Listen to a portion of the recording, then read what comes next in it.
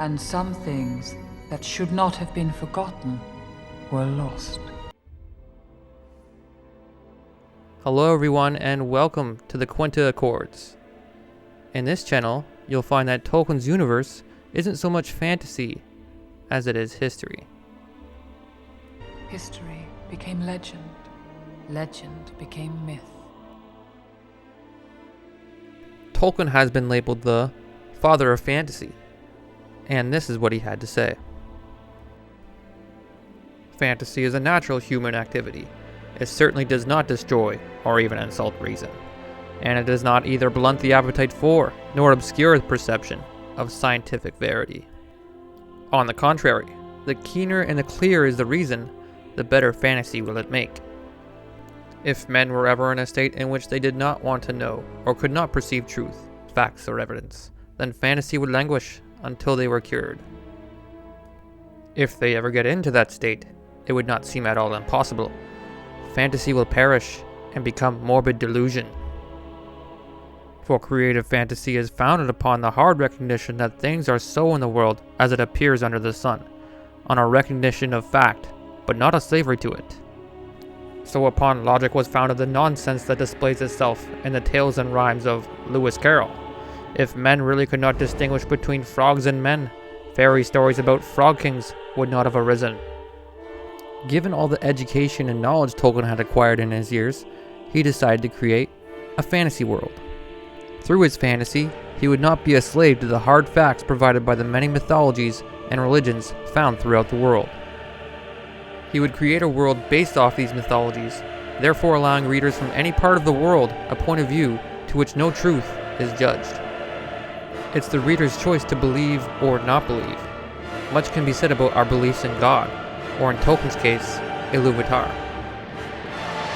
Instead of telling stories of absolute truth and dividing the world even further, i.e. World War I and II, to which he fought in, Tolkien created something, just as Arrow had done in the Ainulindale.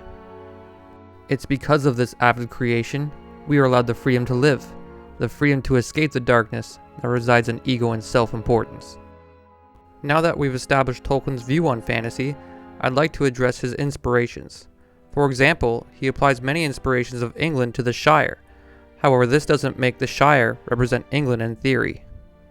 Through geographical research and associating the proper histories, the Shire literally sounds more like Ireland, with Arnor, or the United Kingdom, being its protector. Arnor was split into 3 kingdoms, and England was split into 3 Anglo-Saxon kingdoms. Through these facts, we can formulate a reasonable theory that the Shire is Ireland and England is Arnor. In his lifetime, Tolkien would be responsible for inventing and speaking multiple languages. The languages he invented became the foundation of his stories, as he needed the characters he created to speak them. Etymology, the study of the origin of words and the way in which their meanings have changed throughout history, is also a theme Tolkien devised. All of his invented words and names have meanings. For example, the Rohirrim colonized the lands north of the White Mountains in the Third Age. We can elaborate the etymologies behind 2 nouns in that statement.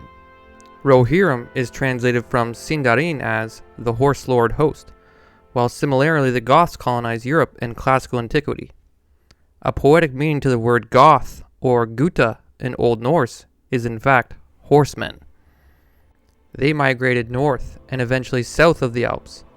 Alps in Latin means whites, a far easier word to transcribe than others. And there you have it, a coded message in history laid behind etymology. Tolkien was saying the Rohirrim colonized the lands north of the White Mountains, while truly he was saying the Goths colonized the lands north of the Alps. And we can transcribe so many more fun facts to Tolkien's Middle-earth and the etymology behind it. Saying there could be happy coincidences to the characters and places he's created is quite truly an ode to mythology. In the entire Second Age, he devises much of the lore to where Atlantis, a lost island, should be. Tolkien created the Númenóreans, who colonized the unexplored world and became a lost race of a sunken island called Númenor, or later on called Atalante, the Downfall. There are far too many coincidences in Tolkien's universe to believe it's truly nonsense. It's to the freedom of the reader to relate Tolkien's writing to history, not by force, but by imagination. In that is hidden the true realm of fantasy. And so I'd like to introduce you to the Quenta Accords, where I'll present you with character spotlights, locations, items, and many more. I'll be theorizing these Tolkien creations to the stories and places of our world. The research is always ongoing. That being said, I've went back and made countless revisions. I want there to be truth behind the theories, but at the same time, I realize it's more important to be aware of meddling with rights and wrongs. Therefore, I encourage you to watch with an open mind, and always remember this: that pride is the fall of man. Saruman, actually. But beyond that, imagine our world in Tolkien's heart.